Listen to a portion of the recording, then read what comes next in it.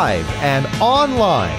It's Sleepless with Steve and the Movie Book Club with your host, Steve Pulaski.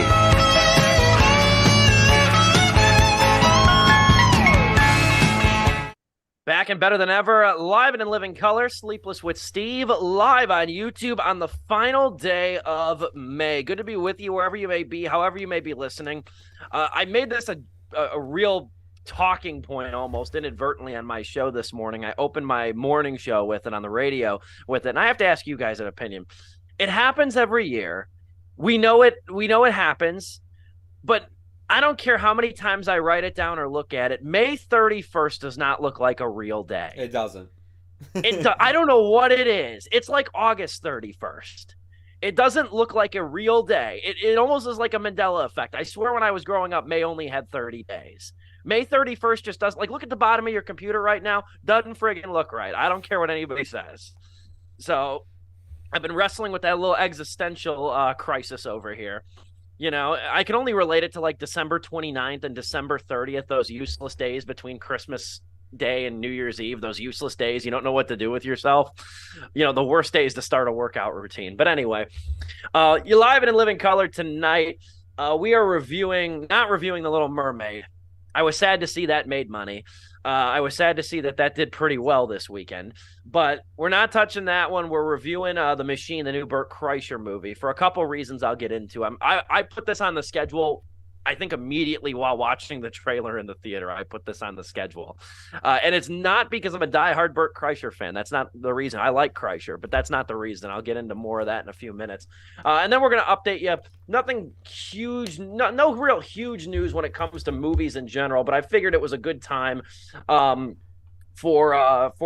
to touch base again on the WGA strike, the Writers Guild Association strike. I was really thinking that it'd be a nice time to kind of update people. And it's been a long time since Don brought out the soapbox, so I've been looking forward to that too. So I hope you brought your A game today, D. No document this time. Yes, but we will not go over by like 30 minutes. We're going to remember, I have a strong feeling we're going to remember this WGA strike for years to come like we did the 07 one, but I will also remember it as the day a new rule for Sleepless got implemented. Anytime Dom makes an not extraneous, but an external document. That's the show. With information, that is the show. We are not going to try and even review another movie or discuss another topic. That is the show. If Dom's like, I got a Word document for you, Joe.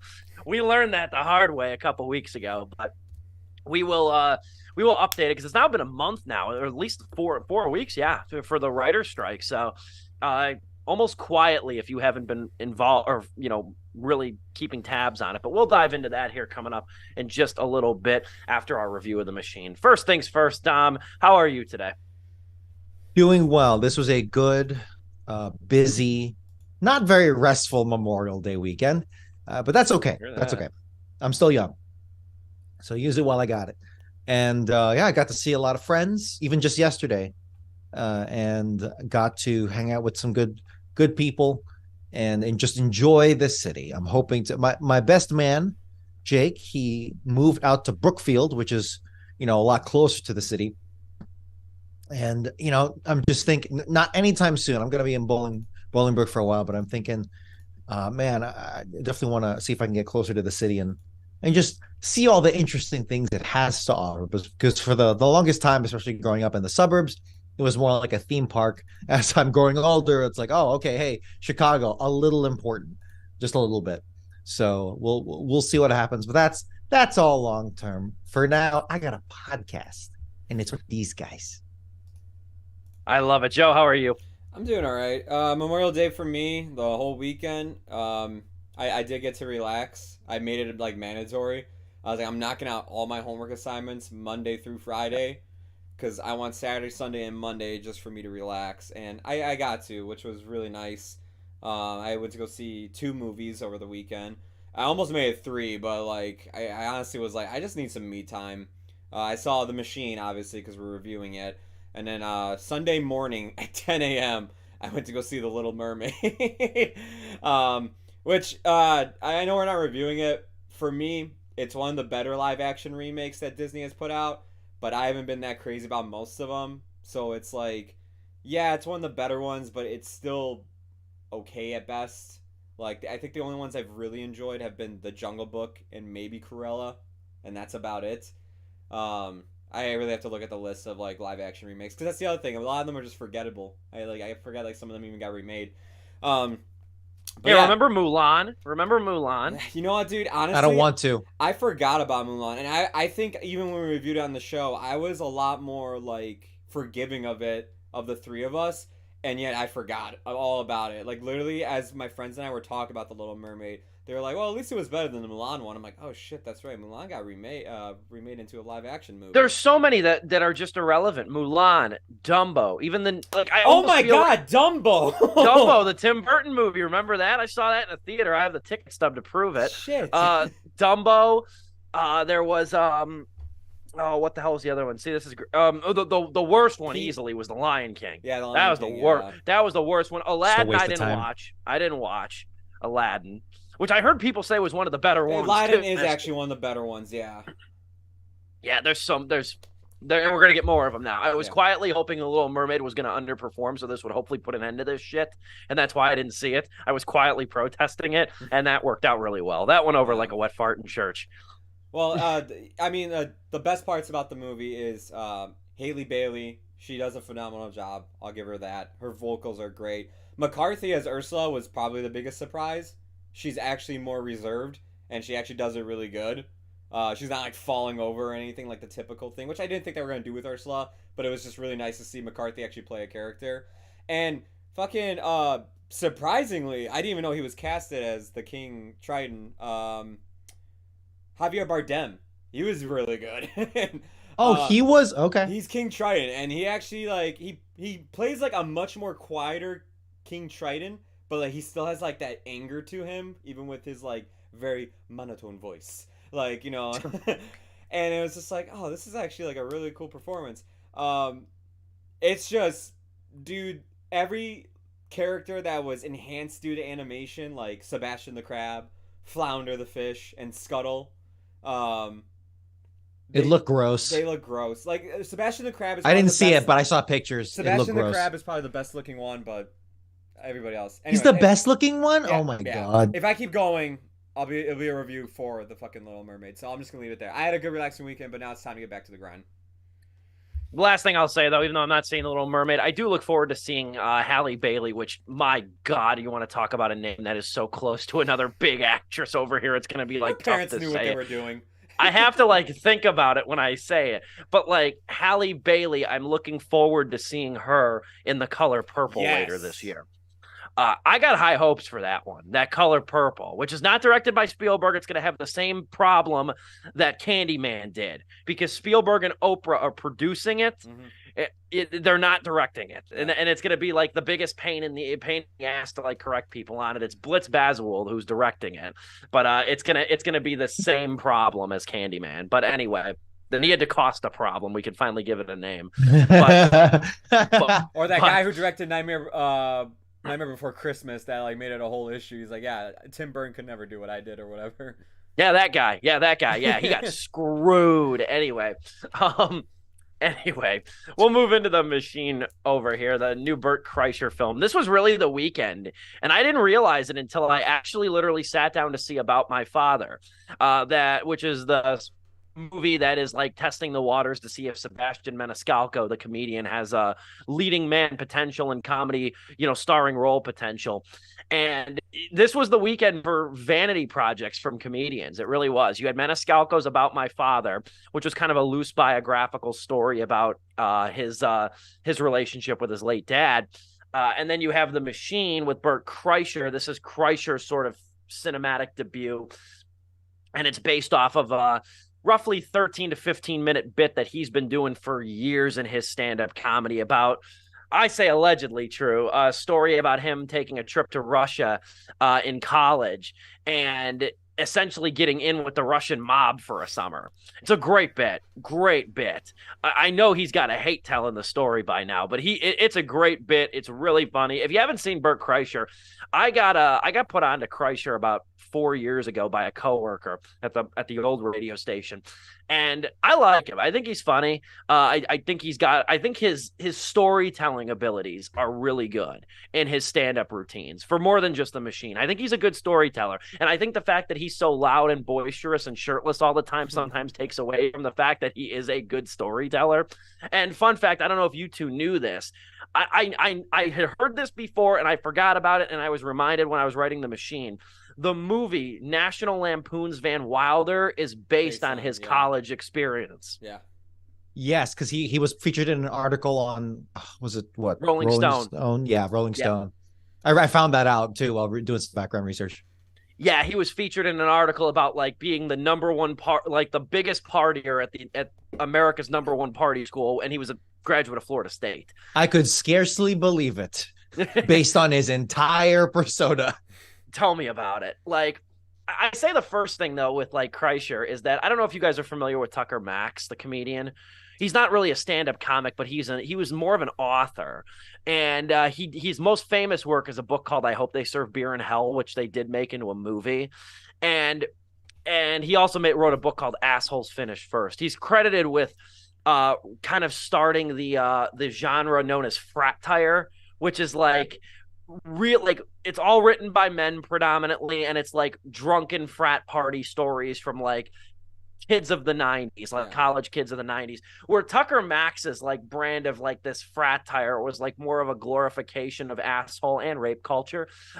He like Kreischer is the more like schlubby, almost, humble persona in a way. Like it seems like if you watch enough of his comedy, he was never the one trying to like hook up with chicks or make a move. He simply wanted to get drunk and see where the night took him.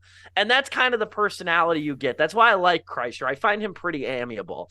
As far as The Machine goes, this is directed by Peter Atencio, and I kid you not, I saw this movie with my girlfriend, and I told her we were leaving, and I told her I said I had the same problem with this movie that I did Keanu, the Key and Peele movie from a few years ago. I get home to write the review, and I find that Atencio is the one who directed Keanu. He's the one who directed Keanu, and it's not a problem with Atencio's direction or like directing. I think his style is very good. I think he does a really nice job at making this movie cinematic and actually look really nice and look like an ambitious production. So I give that a lot of credit. The thing that I think really fails this movie, and it's not so much a adaptation of Bert Kreischer's comedy bit, it's him now 20-something years later paying the price for his relation to the Russian mob in college, because now a Russian mobster, she comes and finds him and basically kidnaps him and his father, played by Mark Hamill, in a very game Mark Hamill, and kidnaps him, takes him to Russia to retrieve this family heirloom, this watch that was stolen by Bert Kreischer during his drunken college Russian escapades. So the movie's not a direct adaptation, but the problem with this movie is the same problem I had with Keanu, is that it's inconsistently funny, but I think worst of all, it's one of those action comedies that as soon as it starts getting violent, the laughs just completely stop. And I don't think either work favorably or comfortably with each other. I think that it's a very stop-start kind of a movie. And I'll get into more of this later. I've been talking too long. But the other thing I'll say is I think the smaller one-liners that Bert throws out are better than some of the bigger gags in this movie, some of the more effective comedy in this movie. But I think my broad generalization of this movie is that the violence, I get it's necessary to tell the story in a way. The violence doesn't add anything to the movie's, ability to try to be a comedy and try to be a very funny one. I'll go to Dom. It looks like you're seriously pondering something over here. I was really surprised by this movie because I had no idea other than Mark Hamill was in it. That's all I knew. I didn't even know Bert Kreischer. That was it. Yeah, exactly. So coming into this as blind as can be, I was very pleasantly surprised, like in a very positive way, and I wound up gravitating towards the heart of this, like like not the heart as in the center, but just like the general heart of it all. And yeah, you're Steve, you nailed it.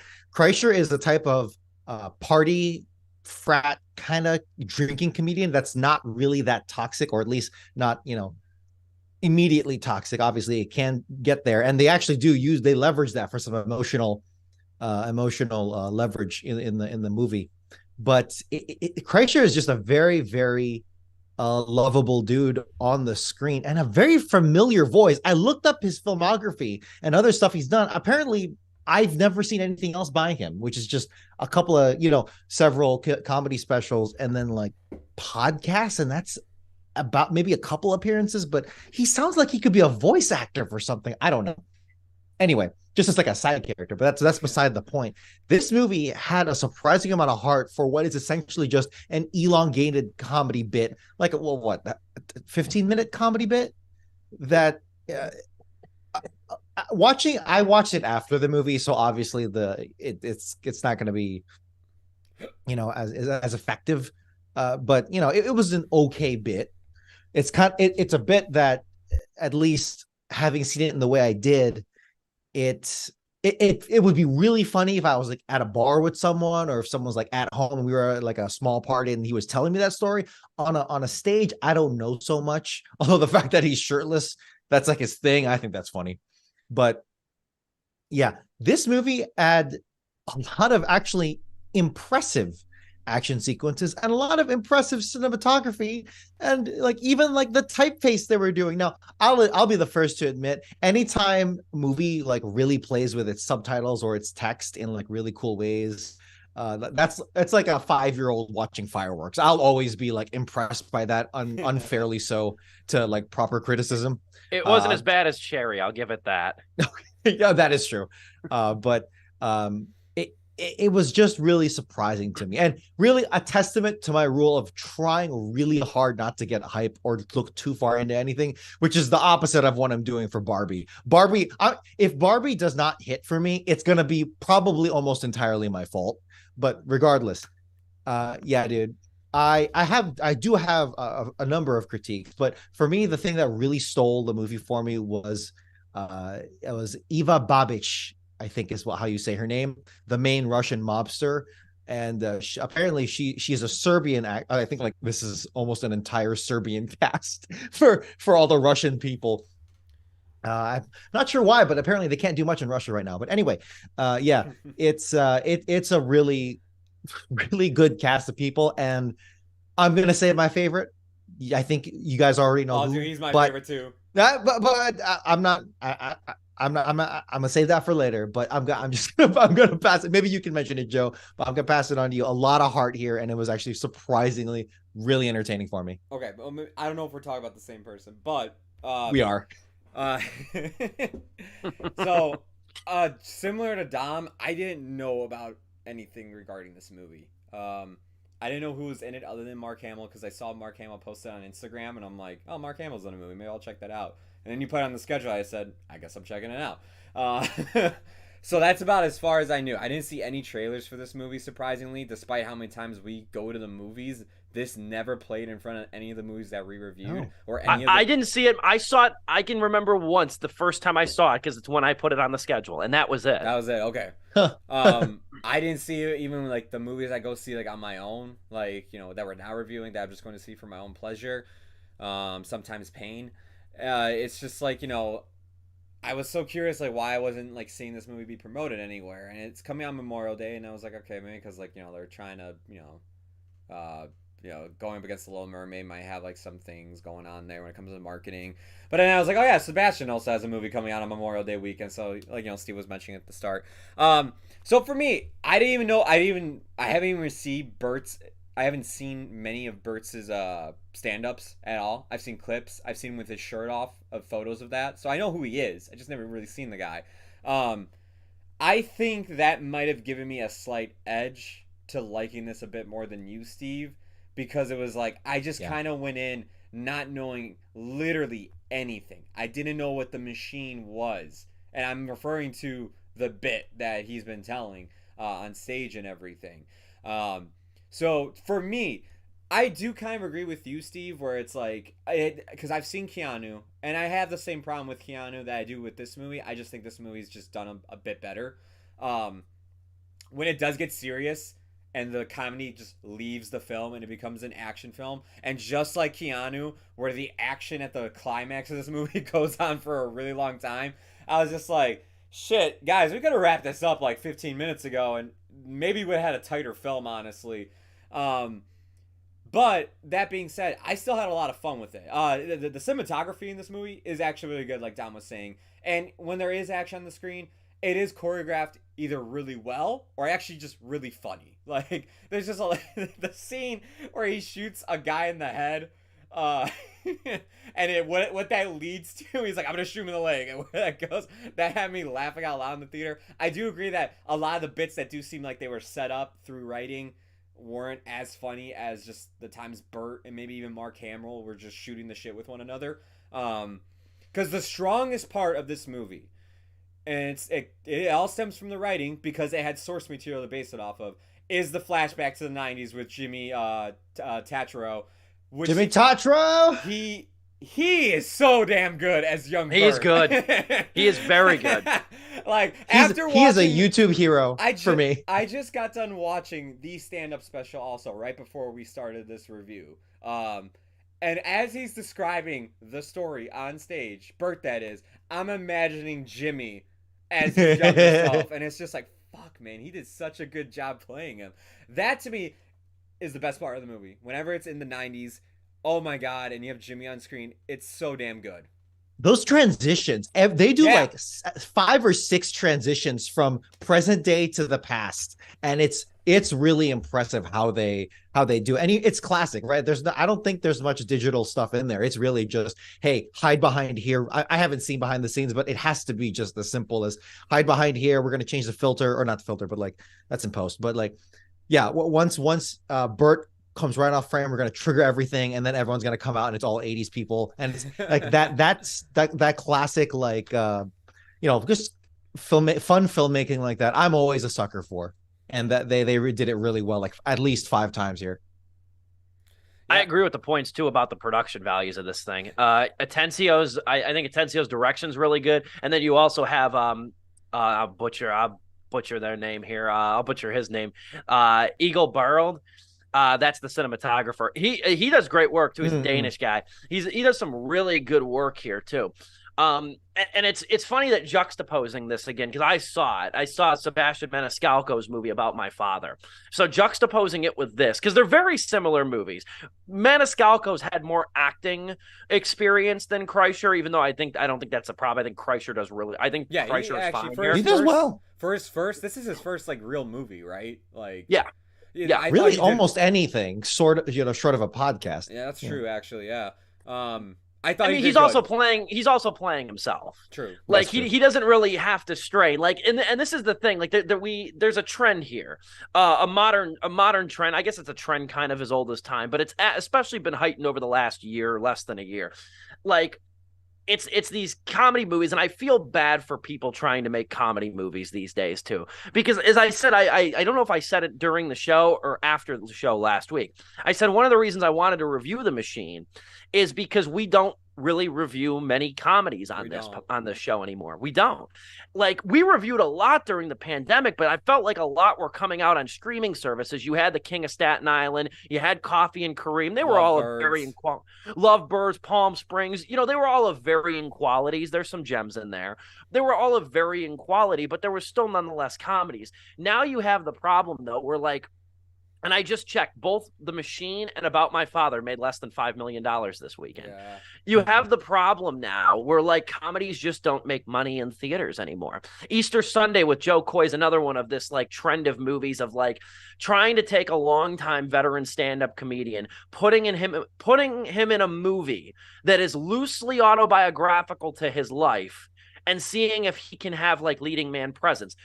Pete Davidson in the movie I just mentioned, The King of Staten Island, was the same thing. It gives these comedians like this proverbial safe space of like testing the waters to see if they have mainstream appeal. And I think Bert Kreischer does. Whether he's going to get it, I don't know. But when it comes to these other movies like Easter Sunday, The King of Staten Island, The Machine, like I was very disappointed by Easter Sunday. I actually had expectations for that thing. I was very disappointed. The Machine is very stylistic and it's attractively filmed. Like especially when you compare it to Maniscalco's movie About My Father, that had a real kind of sitcom feel to it. That's what the trailers gave off the entire time too with that movie. For sure. It looks very television. It looks very streaming. Where this, it fills a screen. It fills a screen, surely.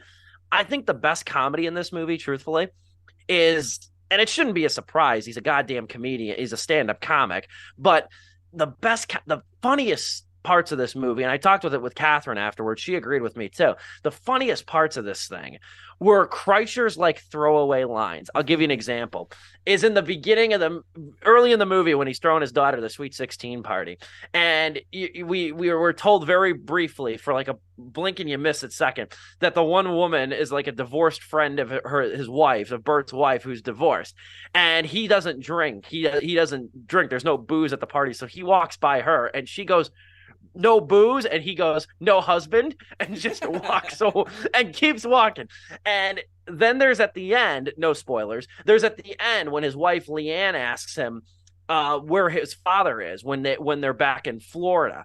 She's like, "Where's your father at?" And he goes, "He's back in Florida visiting doctor friends who don't ask questions. We could all use one of those, am I right?" And the way he looks to his daughters, like that is some of the funniest stuff with this movie. Is like, and I knew this movie was going to be broad situational comedy, but I think the best parts of this movie are those like one-liners, the throwaway. Bert's delivery is sharp here for a lot of the movie, and I think that's what anchors this thing in the long run for a overlong 112 minutes. Yeah, to that point, Steve, my dad has he likes to describe certain actors as like, you know what, that actor, they just have a presence. And if they really, really have a presence, he calls it like an aura, which is just, just like a saying of charisma, which it's hard to put into words exactly. But the best way to know is when they don't have that by contrast, and you realize, oh, okay, yeah, I know exactly what's missing here. I can't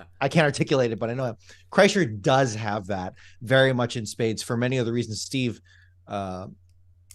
mentioned. And it really is here. It really is buoyed by really effective filmmaking, because early on in that pool scene, there's a sequence where Kreischer is walking down steps towards the pool, and he's passing. I think you mentioned this already, Steve, but he passes by like a sequence of three people in like a rail shot, not dolly, but I think it's dolly. I don't know terms. I'm only a movie critic, but and he's going along sideways, and he's going down the stairs, and he does like gag after gag after gag, and he hits them all very effectively, and the punctuation is there, the rhythm is there, the delivery is there, and it's not like an Oscar winning scene or anything, but early on, the fact that they were able to execute that, and I was able to notice it, even be surprised by it, the rest, I knew I'd be in decent, if not good, hands, which is what happened for the rest of the movie. Yes, and I think we might want to move to some critiques here. Is that the action sequences aren't bad. They're not bad. They just in fact, in some cases, they are. They just either go on too long or they're not really necessary. Which I understand the excess of it, because you want to exaggerate, you want to have some fun with it. That's fine. But there's a point where it's a very detailed, minute thing, which is, I guess, a good problem to have if you're, a comedian converting your, stand-up bit into a full-fledged movie. If this is your main problem, that's actually a pretty good problem to have. And I think we've talked about that pretty decently. But the other big thing here is that Mark Hamill is not utilized really all that much, or if not effectively. He's got some good scenes, but he just kind of feels like he's along for the, which I get, he's literally along for the ride, but it's not in a way that's as entertaining to the point where when his arc comes full circle in that climax, it doesn't feel as rewarding. Do you guys know what I'm getting at honestly, here? when he got to the scene where it's like, oh, he's doing drugs, of course they're gonna let Mark Hamill. Right, It right. just felt like that's just something we just pencil into a script. Like, hey, we got Mark Hamill, we're gonna have him do drugs. Like, Yeah. it just that felt like kind of like, oh, let's just pencil that moment in. Because again, like Steve, like we all been saying, I think even like it's a problem with most of these comedies now. That have usually this leading man that's a comedian, and Steve was bringing it up. But yeah, the stuff that isn't them kind of like spitballing on the spot is usually actually for some reason the weakest material, and it sucks because it's like the only movie I can really think where it's like that wasn't the case was King of Staten Island, but like that's because Judd Apatow had a whole movie written out and everything, and even then that movie went on too long and got serious at points like when they robbed a drug convenience store and everything. That's my favorite of the four I mentioned, but that still has its warts. It does, yeah, and it's the same of the four you mentioned. I mean, I still haven't seen About My Father, but King of Staten Island is my favorite of them because I think it's probably the best written one out of them. Because it sucks because Mark Hamill, he's good in this movie. He is. And it reminded me, it's like, hey, he's a great actor. Like Mark Hamill is freaking awesome. That wasn't ever in question, but because we know his voice work is amazing and everywhere, and that's what we're used to. But we forget that, he's still like a good screen actor. He has presence, and he can deliver things very well. And it's not that he's been completely foreign to movies, because I'm looking at his filmography now. Rise of Sky, if you take out all the Star Wars stuff, he's a pop culture cameo. Yeah, exactly. Yeah. Other than that, it's like I haven't seen Con Man in 2018, but before at Brigsby Bear, I don't could be Brigsby good. Bear, But he was good. Know. He's great in Brigsby Bear. Okay, I didn't see it. Very good. I didn't see it. Kingsman, that was good. But it's like, dude, can this guy just have like a full leading role? I don't know. Maybe he doesn't want to because he's like older. Maybe. But it's like he could carry a whole freaking movie if he wants to have like his De Niro era. They have like a very believable father-son chemistry here, both him and Kreischer. 100%. Very believable. 100%. I feel like A24 would be a perfect studio for Mark Hamill to do something like wacky. Oh yeah. Like, and I think Brigsby Bear was A24. I'm not entirely sure, but I would love to see like a project where he leads. Dom, do you have anything else you want to say? Not at the current moment. But I'm gonna go back to my point about like comedies and everything. It sucks because like I'm in agreement with Steve. I miss going to the theater to see comedies, man, and it sucks that like there was like an era where every movie wanted to be The Hangover, and it felt like every movie trying to do that ended up killing comedies. Because like I never saw another comedy that wasn't a Hangover clone or trying to be The Hangover for the longest time, unless if you had something like Game Night, something where it's like, hey, they really had a good idea here and they really played with it really well. Like The Lost City of Z, or The Lost City with Sandra Bullock and Channing Tatum, that came out last year, was my favorite comedy I saw last year. And I'm trying to think of other comedies I saw that year. And now that you think about it like that too, that movie was a comedy, but it was kind of like an adventure comedy. It was an action adventure rom-com, yeah. Like nowadays, that's what this stuff has gone to nowadays. Straight comedies just do not perform well. We have multiple cases recently they don't. Nowadays, people want their comedy in like a superhero movie. Yeah. They want it packaged as like an action adventure. But like Game Night, you don't have those high concept comedy movies anymore, and Judd Apatow doesn't do much anymore in the realm of movies. He really doesn't. And I had friends tell me, you're like, oh well, Wes Anderson's got a movie coming out. And it's like, yeah, that's a Wes Anderson movie though, and I'm looking forward to seeing that's a pinky up comedy. Yeah. You know what I mean? It's like I can't bring my friends who love The Hangover to go see Asteroid City. They'll make fun out of me for liking it. Like not include. Like here's the thing. Here's something interesting. The last movie that Judd Apatow directed. Any guesses? Now here's the thing. That came to theaters. The last movie Apatow directed, last comedy that he directed that came to theaters, scrap The King of Staten Island that came out in the middle of the pandemic. So if it did come to theaters, it came to very few. What was the last comedy he directed that came to theaters? No. I wouldn't have guessed it. I don't even know either, honestly. Knocked Up? No, I don't know. Is it Trainwreck? It was Trainwreck 2015. Holy shit. Wow. It was Trainwreck. It's almost been 8 years since Trainwreck. That came out in July of 2015. I almost said The Bubble, but The Bubble was on Netflix. And I forgot, like, that wasn't in theaters. And the other one we had last year, I didn't mention it in my review of The Machine, but the one we had last year, which honestly, I admit to it. I went in kind of knife sharpened on, and I watched it fairly recently and liked it, was Bros. Oh, yeah. I thought that looked horrible from the trailer, just horrible. But it was honestly a good movie. That bombed too.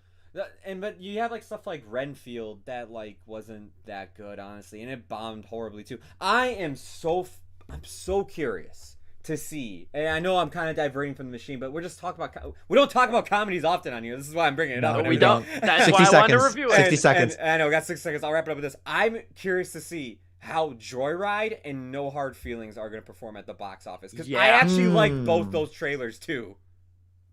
I'm prioritizing both those movies, mainly because I'd like to go to the theater and laugh. And I think I think both those movies look very good. They do. They really do. We'll come back in about 60 to 90 seconds with more on Sleepless with Steve, and we will get back to our review of The Machine here very soon. Don't go anywhere.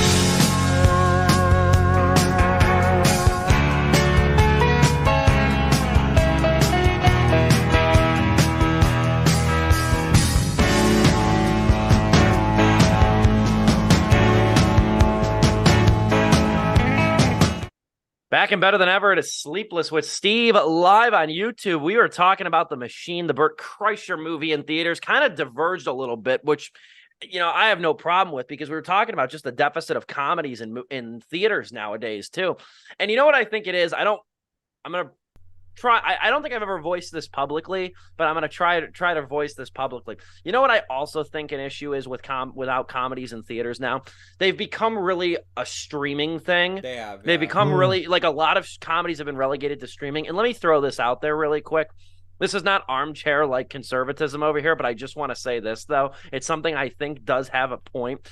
You look at how reactionary Twitter is and the outrage culture and how everybody takes little things out of context and blows them up.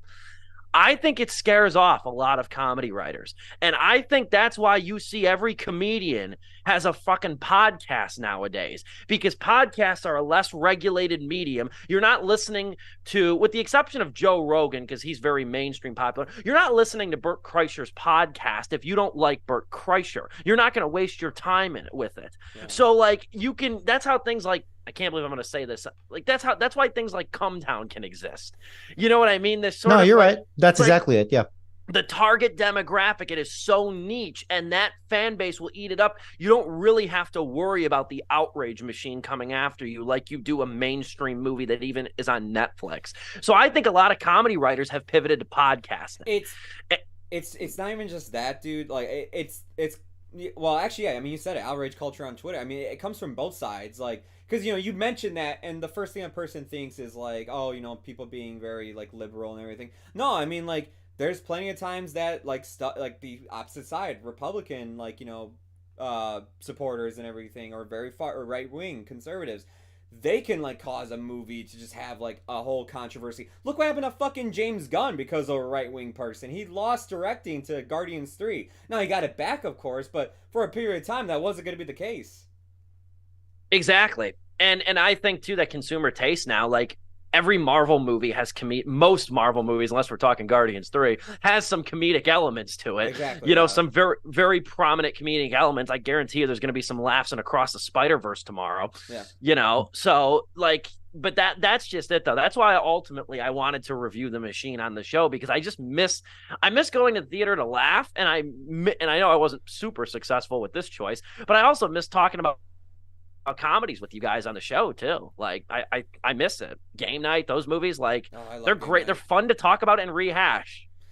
I'm really thinking like the other comedy I saw in theaters that I really enjoyed. It's back in 2018. It was Good Boys, the movie about those like three boys like going. Yeah. That to me was one of them that was like shit. That was funny as hell. That was. And it's worth mentioning too. Did you guys see that Strays got delayed? Are you serious? Strays got delayed because I was making my movie schedule for next week. It was supposed to come out, that R-rated movie about the vulgar stray dogs. Yeah. The vulgar stray dogs. That got delayed now till August. It was supposed to come out June 8th. Yeah. Huh. And like, because I hadn't seen any promotion for it, and I looked it up, and I'm like, it didn't get delayed. The poster's still up at the theater. Sure as shit, the thing's coming out August 18th now. Okay. Yeah, I think, like, and I think back to other comedies too. I mean, like, there was an era. it was an infamous weekend that Steve and I had to go through. We had to go see an Amy Schumer comedy, I Feel Pretty, a Melissa McCarthy comedy where she goes back to college or something like Life that. of the Party. Life of the Party, yeah. And then there was one other. It wasn't a comedy, but it might as well have been because of how bad it was. But we had to review those three movies back to back. And then like over that summer was the release of Happy Time Murders and like another like comedy that came out, and like just every comedy I saw in 2019, I was like, man, these just suck. And I felt like that was just kind of the death. Like, no, it's true. I forgot about that. There was a real volume of comedy coming out in like 2019, and it was just shit after shit. It really was. Like, it really sucked because we came off a year of, Game Night, Good Boys, even stuff like Tag. That, like, it wasn't that good, but like there was some effort there. Oh, Tag deserved an Oscar compared to some of that stuff. like Tag wasn't nearly that bad. Like Life of the Party, I think, was #1 worst movie of the year that year for me. I think it was, yeah. Wow. God. All these women. Oh yeah, now we're sexist again. No, sexist.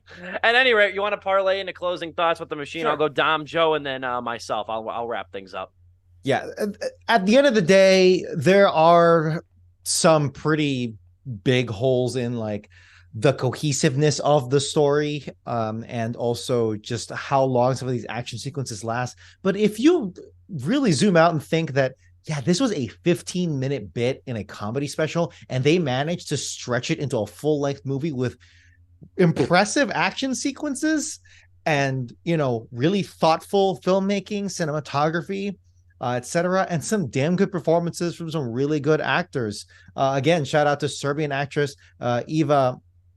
Oh my gosh, it's that ch at the end. Babchik. That's thank you, Babchik. Yeah. The main Russian mob boss woman, what I'm talking about. She was very impressive, and I hope she gets brought, kind of like in the Borat sequel. I hope she gets some more roles too, similar to her. But 2.5 out of 4 stars. I just wish they could have done something more entertaining with Mark Hamill, or not more entertaining, but I've utilized him effectively because he's still freaking got it, man. That was never in doubt, but just seeing him on screen playing an asshole, hell yeah, bro. I'm more into that than I am De Niro's old grandpa, dirty grandpa asshole phase than I am. I could take more of that from Hamill. Joe, your thoughts on The Machine? Final thoughts. I do want to clear up before Steve and I get called out, because like we were like, man, it wasn't no good 2019 comedies. Booksmart was a 2019 comedy, and that's like don't want to forget. That was one of our favorite films of that year, and it has women, so we got our bases covered. Also want to give some broads reading. Come on, what does it come to these days? The other one that I was thinking of that it was my worst movie, or one of the worst movies of the year, was Stuber, which came out in 2019.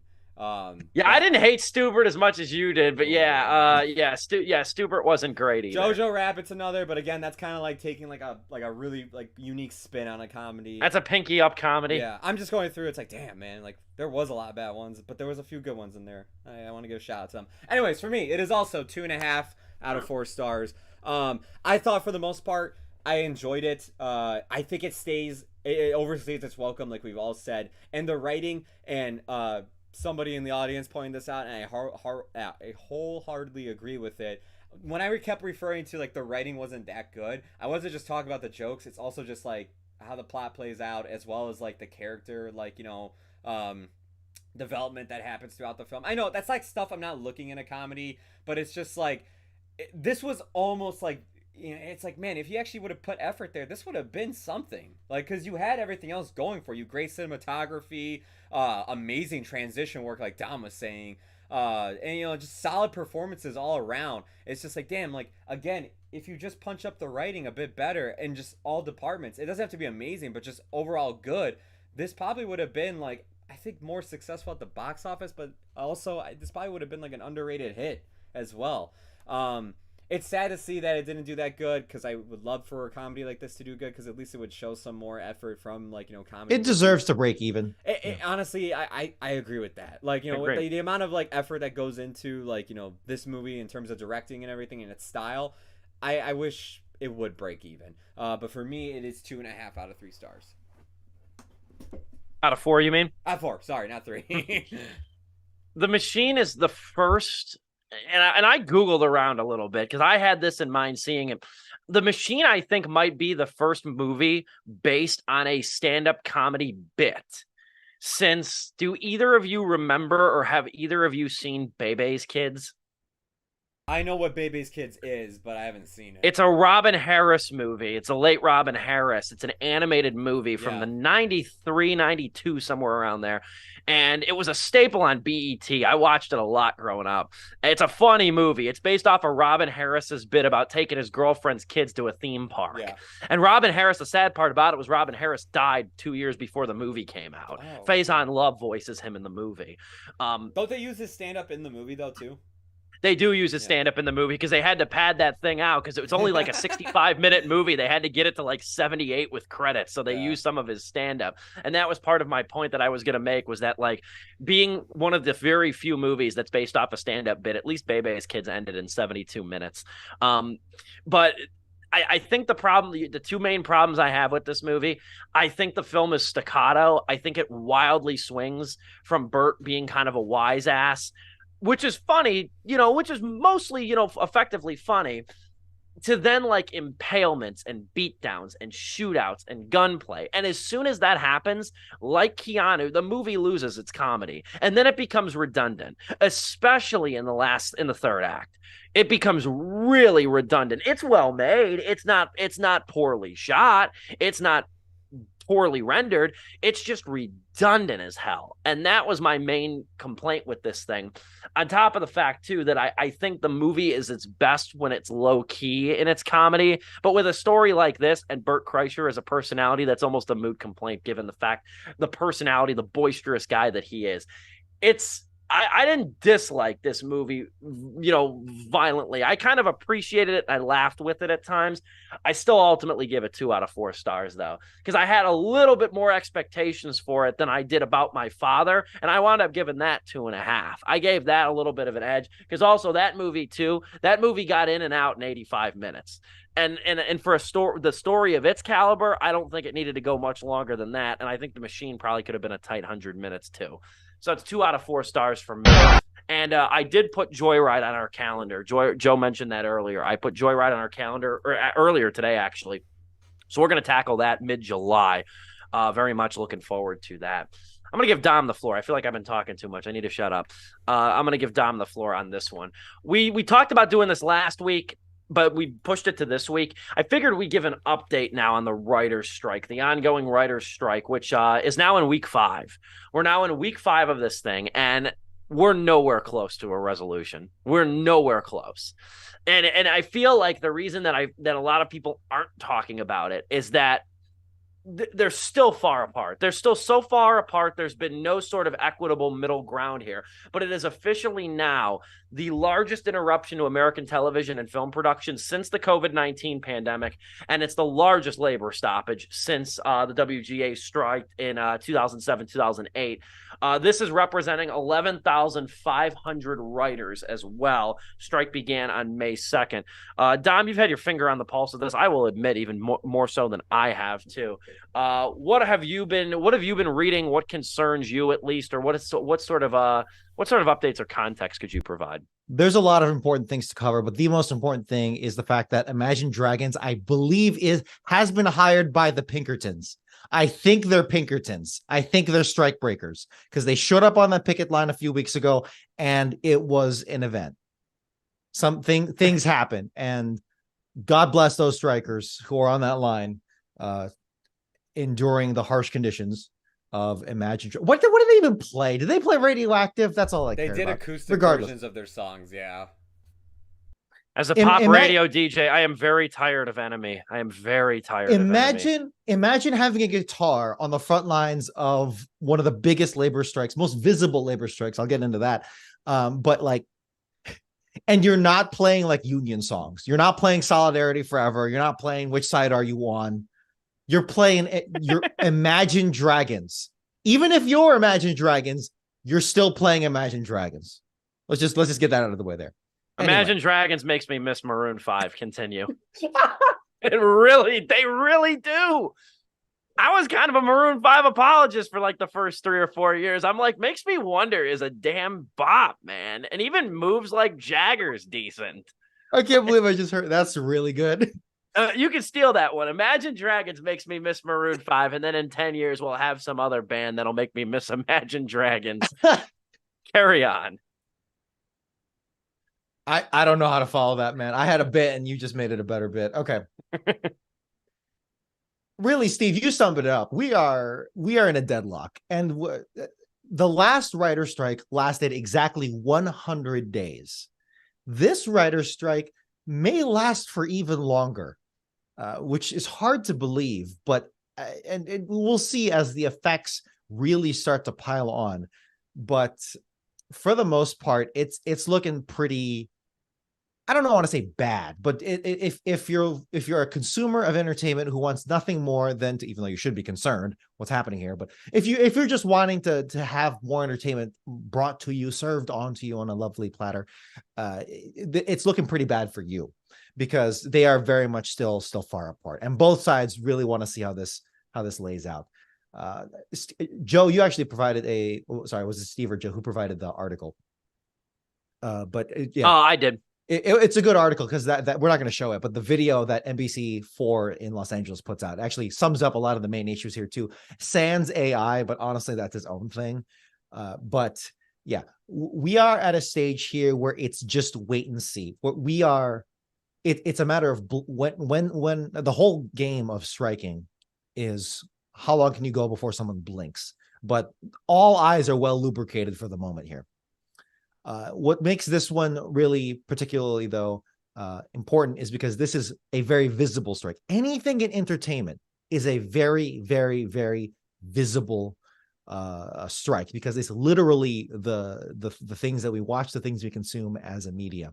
So even though a national train stoppage or a national truck stoppage may technically affect us much, much more in how we consume, say, food or other consumer items, when your 2.5 Men stops, I mean, technically that show's been over, but you know what I'm saying, right? When your Blue Bloods stops getting made and grandpa can't watch propaganda anymore, it's a big deal. So where both sides are at, it's hard exactly to say, because it's so much internal, brinksmanship. That's being a little unfair to WGA here. But I think what really is where the pulse of everything is and the next escalation of everything comes in the last paragraph of this article. On June 7th, the AMPTP, that's the representing the studios, that's everything, Netflix, Paramount, everything, is scheduled to begin negotiations with the SAG-AFTRA Actors Union, which has already come out in strong support of the striking writers. Also, side note, they approved. A lot of people were freaking out because they thought they just straight up struck. No. They approved, SAG-AFTRA approved a strike, which means if this negotiation also fails between AMPTP and SAG-AFTRA, the negotiations which begin June 7th and goes on for quite some time, if that doesn't get resolved, SAG-AFTRA will officially be on strike. Does that make sense? So going on to the article here, the AMPTP began labor talks on May 10th with the Directors Guild of America. So we're in the middle of the directors in their negotiations, which is seeking to address many of the same issues involved in the WGA stalemate. The DGA's contract with the AMPTP expires June 30th. So you have a potential cascade domino effect of all these entertainment unions potentially all going on strike if AMPTP can't get their shit together and toss a coin to your writer. And already we're seeing, even though they're not officially on strike, we're already seeing IATSE and the Teamsters joining at least the picket lines, and in very much cases doing maybe not wildcat strikes, which is where you just lazily go into work, sit down, and not do anything, even though you're not on strike, but you just don't do anything on your computer or on your conveyor belt or whatever. That's called a wildcat strike. Are we seeing? Is that truly where we're at? Maybe not. It's hard to say. But there's a really good. Oh, I should have mentioned this earlier to you guys in prep. But there's a really good, I think, Atlantic article, no, Variety. Either way, about one of the Teamsters bosses. It's a she, and she's like in her 40s, and it's like, yeah, we're going full freaking off here, and she's like swears all over the article because of course she's Teamsters, and she's from a family of Teamsters, and they are like they're like Jimmy Hoffa worshipers, which is problematic, but whatever. And where we're at right now here in week 5, in the midst of week 5, is that we are in the thick of it. This is the exciting part. This is like the opening weeks of World War I, where everyone's like, "Oh yeah, it's gonna be over by Christmas. It's gonna be fun, guys. We're gonna become." It's like the opening. It's the opening weeks. 2 weeks. 2 weeks. Yeah. Well, honestly, 100%. It's kind of like my birthday, where everyone was like, "Oh, dude, this is awesome. You get to stay home for like the next 2 weeks for your birthday." Dom's like, "Yeah, that's totally what I'm looking forward to."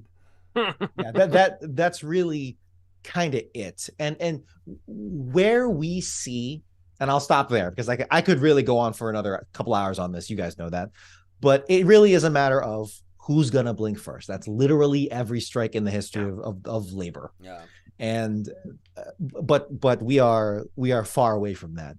There's been some talk about all the studios, they've lost X billions of dollars. Hard to say exactly so far, because measuring loss in stocks, which is which is what people are getting the number from, I would not go with that number yet. I wouldn't throw that factoid around, because that's like conservatives when they say it's like, oh, Target lost X millions of dollars when we pushed over the rainbow stand at their one store, and then like stocks went down a couple million, which will bounce right back up the next day or whatever. It goes both ways, and it's hard to say. So if anything else, just don't believe the stock number there. But gentlemen, I guess I'll hand it off to you where you want to take it exactly. But 100 days, the last one, I don't know how far this one's going to be, how much these debuffs are going to stack on top of each other, but we shall see. I'm currently in a drought now. I'm really missing the NFL. I think we're now 15 Sundays away from the NFL season starting. And I know, Joe, you like football as well, too. Over under 100 days. Does this strike go over or under? I think it's going to go over. I think it's going to go over too. I think this AI thing is really going to be the hangnail of this whole strike, and it's not going to get resolved soon. With how much it's even being brought up in mainstream news, not this strike. I mean, the strike is, but AI in general. I feel like it's such a complicated issue for any occupation that everybody's gonna have to like really dissect it when it comes to their field and everything and what they want out of it. I also think if SAG and the Directors Guild also joins, it's just gonna make this even go on any longer because that's 3 other organizations to like talk with and everything. What was I gonna say? I can't wait to see Greta Gerwig and Christopher Nolan doing their interviews for Barbie and Oppenheimer from the picket line. That's gonna be cool to see. Dude, what if Oppenheimer and Barbie are the last movies ever made? Just ever. I don't know why. I mean, we'll go out with a bang. That's what I'm saying. Okay. I mean, it would be a hell of a finale. It'd be a hell of an encore. I'll say that much. I wouldn't have much of a purpose then after that. Yeah, but I guess we end with that, and we're just like, that's it. No more movies. We're done. Time to sleep. Sorry. Go on. Joe, go on. And that's it. Time to sleep. The end of Sleepless. That would be a great title. Dude, it'll just be Retro with Steve. It'll just be like, that's it, man. We're just reviewing everything that we haven't seen yet. We'll bitch about Max still to that very day, but like, anyways, I got nothing else to add. I mean, like, Dom, you're hitting everything that you can hit with no work being done within these last 4 weeks. It's scary to think that like, how much this is gonna cost, just the industry in general, and potentially that we could potentially see the writers lose, which is even a scarier thought. No. I don't know how it's going to play out because, nobody has really moved at all. And maybe with SAG and the Directors Guild, we'll see some movement there, hopefully. It's just shocking to see, like, these guys are basically the backbones of every franchise, of every late night television. And the fact that, like, this happened not, like, literally recently in 2007 through 2008, November 2007, I should say, till February 2008.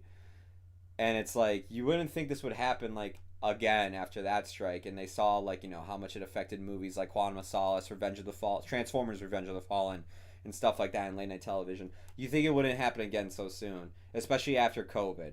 And yet here we are, and it's happening, and it's even in a worse state right now than it was in 2007, 2008. And who knows what the repercussions will be, whether they work things out or don't. It is just a scary thought. I know there's much more scarier things, man, out there in the world. But as this is a podcast where we talk about fucking next week we're going to talk about Spider-Man going to different dimensions and shit. All right, like, it's stuff we got to bring up because I love Phil Lord and Chris Miller. Don't undersell it. And I love Phil Lord and Chris Miller, and they're 2 of my favorite writers when it comes to like comedies in general. And just to see that, like, hey, people like them who want to be them, who could potentially be the next them, are just getting jagged. It isn't fair, and it isn't right. Joe, we know, there's a war in Ukraine and everything, but like, you don't even need to undersell it. No, you don't. I said this before, and I stand by this. I'm not being hyperbolic. This is the front line of the fight against AI. The gross, not AI, whatever. Generically, I think it's a neutral thing, but the gross, greedy, negligent mishandling of AI by a powerful few against us regular Joes and Steves here. Like, it's the creative class, intelligentsia, just anyone who's worth giving into their souls into this thing we called humanity and society. This is a real existential. This is the Terminator. This is the Skynet of. Sorry, I don't. It's a watershed. You moment. Know what I'm saying, right? No, I do. It's a watershed moment. It's another thing too, because I can't think of anything. I mean, outside of COVID, that has impacted pretty much every industry. Like when it comes to this AI, interworking, how fast this thing has come on the scene. Oh yeah, and like how people are finding uses and already manipulative ways to use it. And there's not even like I think now the Atlantic just released within the last week an AI policy. The Ringer website released an AI policy, because you look at it and it's like, if I use AI to write a review, am I obligated to cite it like a book? Like like I would cite like a source, you know what I mean? Because it's technically not my work, really. That's what the creator in me looks at. Like I'm like, is there like how is this entrenched with the plagiarism policy? A credit policy? Like there's so much unwritten regulation now that needs to be written, but like right now people are in the experimental stages of it, and you're already seeing like the negative that's coming from it. I think there's a good that can come from it. I certainly do, but it's terrifying for somebody like me who makes a living being creative and has a creative job too. That's could be fucking replaced by AI. That's like 70% of like my friends are all creatives, and they're all looking at this terrified. Everybody who went to North Central's fucking scared, man. Like liberal arts. Everybody who went 75% of North Central graduates right now, the ones who didn't study a science field, are like really nervous. If you never went to that science center just to hang out, you're basically shivering right now. Should have taken a class in the damn thing. All the exercise science majors. Who's laughing now? I went for radio meetings in the science center. Oh my god! Yeah, there you go. But it's hella scary, and it's been said, to, I guess, play a devil's advocate, but it's been said that creativity is the art of hiding your sources. The meaning of that quote being, we all get it from somewhere. There's no true original thought or true. We all build, from centuries of human societal contributions to the world, but we still had to think about it, right? We still had to do that, but now we're automating it, right? Yeah, we had to use our own words. Remember that in school? We had to use our own. Hey, that really is the crux of it. That is 1000% the crux of it. Yeah, you're right. It was a hated phrase, but here we are. It's all coming back to us. For all you math majors who didn't like pay attention in the English classes, it was use your words, use in your own words was the English major equivalent of show your work. Oh my god. Yes. Can I just say too, I mean, with the whole AI thing as well, I watched movies like, because Don brought up Skynet, I watched movies like The Terminator and, fucking iRobot. I was like, oh man, science fiction's so cool. This will never happen. Now I'm living in a potential state where it's like, I might get something similar to it, and that's kind of fucking scary. Oh my god. We'll wrap here. Next week we got Spider-Man Across the Spider-Verse, which I know Joe is very excited about, as am I. This thing is getting stellar reviews, to say the very least. So I'm very pumped seeing it tomorrow after work. I'm looking forward to it. I'll be seeing We're it gonna Sunday, talk. So I'm avoiding the internet until then. I don't blame you. I just checked the Rotten Tomatoes score. So I like how we just railed against like the death of original thought, and then like next week we're seeing, Spider-Man crosses dimensions. This is exciting. Man, this is new. Look, I'll say it. That last one they did, that was the most original Spider-Man thing they've done in movies. In my opinion. We might have two genre-defying Spider-Man 2s on our hands. Okay, that is true. Like this is very important stakes right here. Jamie Foxx Electro don't count. Anyway, we'll wrap here. We'll end things here. Next week again, Across the Spider-Verse. Looking forward to it. We'll have some more news. And again, the WGA strike. I think right now it's on a sort of a breaking news basis as far as it goes with the show. I'm sure we'll touch base on it when SAG joins, and especially when the director's joins, because some movement. But I don't see them not. I don't know how. I don't see them not either. I really don't. I think it's not if, but when I see people like Mark Ruffalo out there on the street, like, we're gonna be here no matter what, it's like, all right, they're definitely joining. We'll wrap here, though. Thanks to you guys, as always, for bringing your A games this evening, and thanks to all of you watching. Highlights will be posted this weekend on this very YouTube channel you're watching.